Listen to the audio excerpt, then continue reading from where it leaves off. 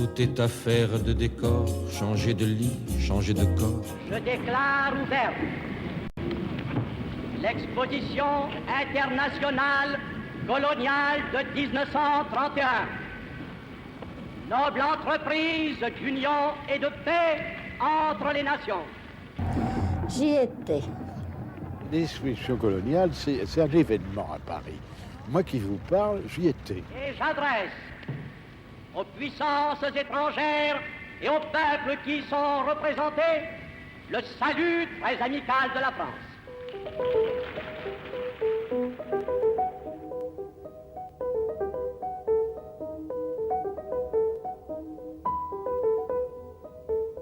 Nos lecteurs seront certainement étonnés d'apprendre que nos indigènes, soi-disant recrutés pour l'exposition coloniale de Paris, n'y participent pas du tout.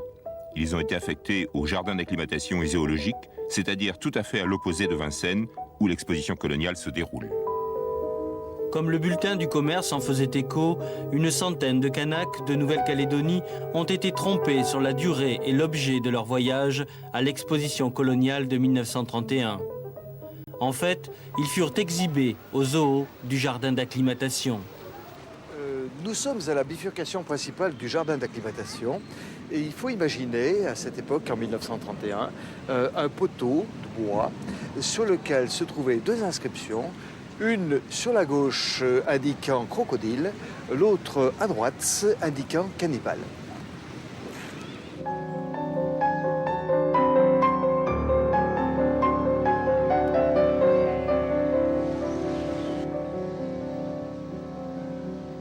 J'ai vu nos pauvres indigènes au jardin d'acclimatation. Ils sont furieux, car ils n'ont presque pas de linge. En arrivant à Marseille, on ne leur a donné qu'une vareuse rouge, un tricot et un caleçon de bain. Beaucoup sont pieds nus et grelottent de froid. On ne leur a donné aucun vêtement chaud. Ils dansent le pilou-pilou, les danses de guerre en manou et tricot, et ce, en plein hiver. On leur demandait à ces malheureux Kanaks de simuler l'acte du cannibalisme. C'est-à-dire qu'on leur faisait pousser des cris gutturaux, on leur faisait éventuellement faire des gesticulations plus ou moins désordonnées, on leur faisait brandir des casse-têtes, on mettait autour de leur cou des amulettes, des fétiches. Le but, c'était essentiellement de les cannibaliser. L'autre est présenté dans des cadres soit officiels, les grandes expositions, soit dans de véritables zoos humains, dans le cadre de petites foires régionales, soit dans le cadre de mise en scène, tels les Kanaks à l'exposition. Donc on est déjà dans un discours de construction, on regarde l'autre sans dialoguer avec lui, on fabrique ce rapport à l'autre pourtant réel, puisqu'il est là devant nous, et en même temps on est comme dans une image, elle est totalement construite pour tenir un discours. L'ensemble était parfaitement réglé parce qu'il y avait un metteur en scène du Châtelet qui avait lui-même organisé les scénettes. L'édit de scénettes était prévu dans un programme qui était distribué à l'entrée et qui s'intitulait tout naturellement Les Cannibales. Et donc le public venait voir les différentes scènes qui se succédaient. Tout ça n'est qu'une construction de propagande qui crée en fait un rapport à l'autre totalement perverti. Alors l'image ment, le discours ment, le texte ment et même la réalité ment. Et cet ensemble-là construit un imaginaire totalement faussé dont les conséquences aujourd'hui sont la méconnaissance totale de l'autre. Cœur léger, cœur changeant, cœur lourd, le temps de rêver est bien court. Que faut-il faire de mes jours? Que faut-il faire de mes nuits? Je n'avais amour ni demeure, nulle part où je vis ou meurs. Je passais comme la rumeur, je m'endormais comme le bruit.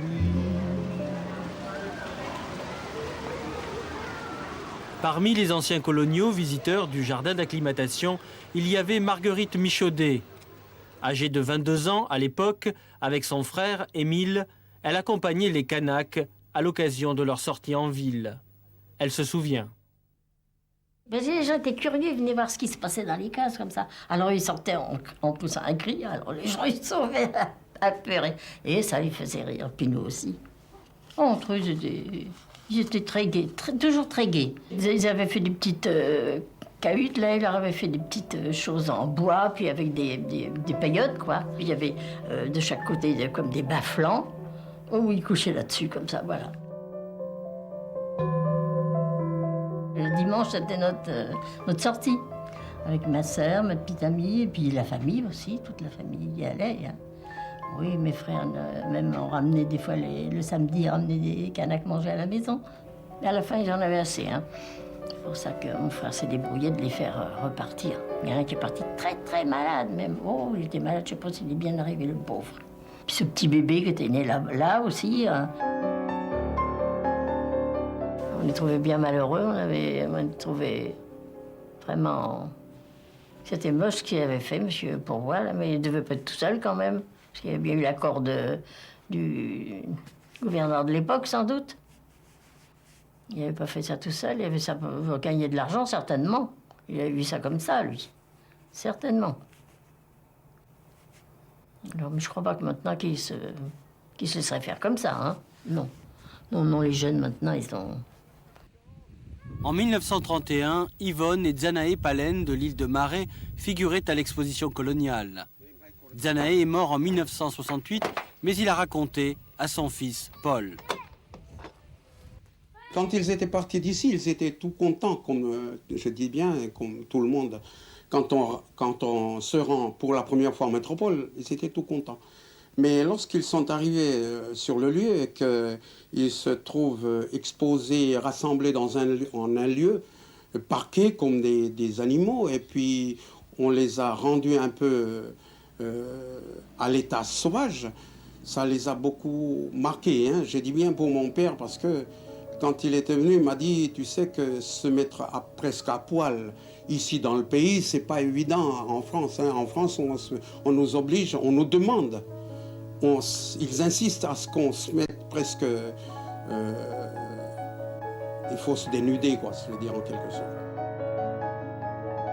Ils étaient partis tout en ignorant ce qui les attendait là-haut. On leur a interdit de parler. On leur a demandé aussi d'avoir un air menaçant. Ils étaient un peu humiliés. Lettre de Kanak de Hambourg au ministre des colonies. Mais en arrivant à Paris au mois d'août, cette société, dont M. Pourroy est un des membres, a changé de parole et nous a dit que le gouverneur Guyon a signé avec lui un contrat de 2 ans en France et ce n'est plus 7 mois comme promis en Nouvelle-Calédonie.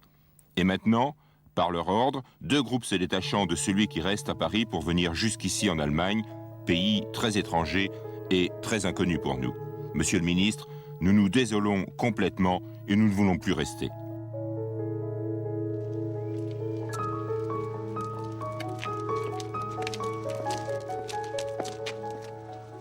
Au mois de mai 1931, les Kanaks sont divisés en 3 groupes.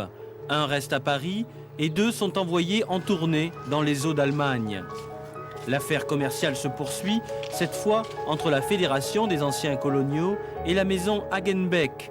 Elle avait obtenu l'exclusivité des représentations des Kanaks en Allemagne. Nous avons rencontré leur petit-fils, le docteur Klaus Hagenbeck. Il possède des archives de l'époque. C'est dans cet enclos que tout s'est passé. En 1931, il y avait les Kanaks de Nouvelle-Calédonie. Aujourd'hui, il y a des éléphants.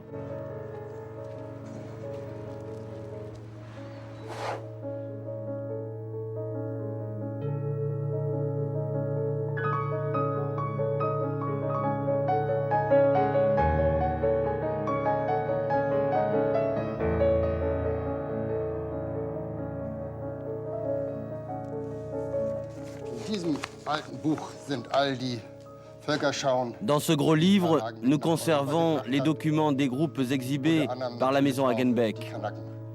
Et naturellement, les photos des Kanaks. Ici, vous pouvez voir les Somaliens. Et ici, les Kanaks de la Nouvelle-Calédonie.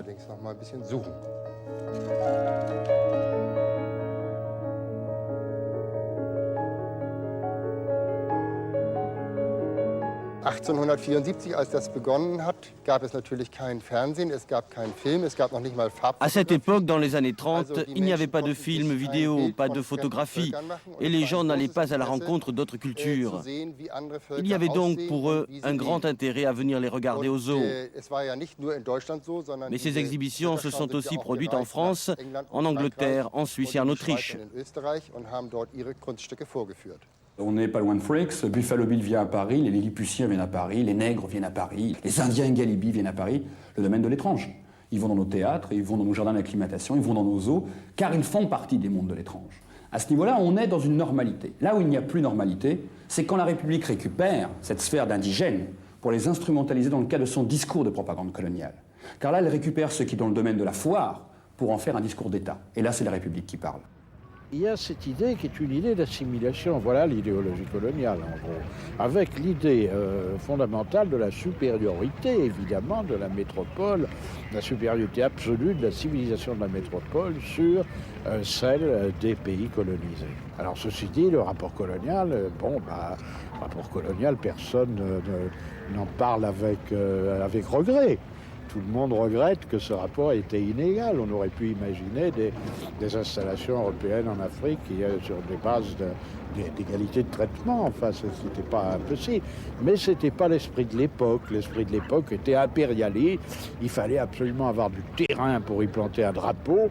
Et donc, les gens qui occupaient ces terrains, on les annexait.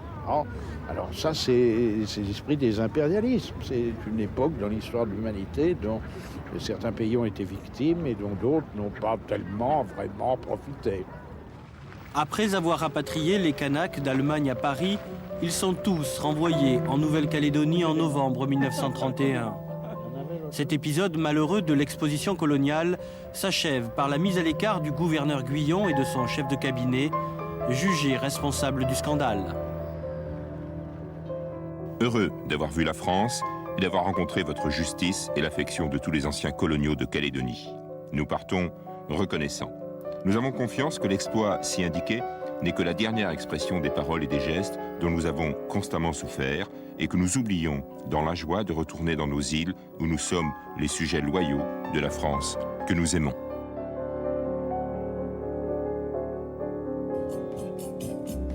C'était un temps déraisonnable, on avait mis les morts à table, on faisait des châteaux de sable, on prenait les loups pour des chiens, tout changeait de pôle et d'épaule. La pièce était telle ou non drôle, moi, si j'y tenais mal mon rôle, c'était de n'y comprendre rien.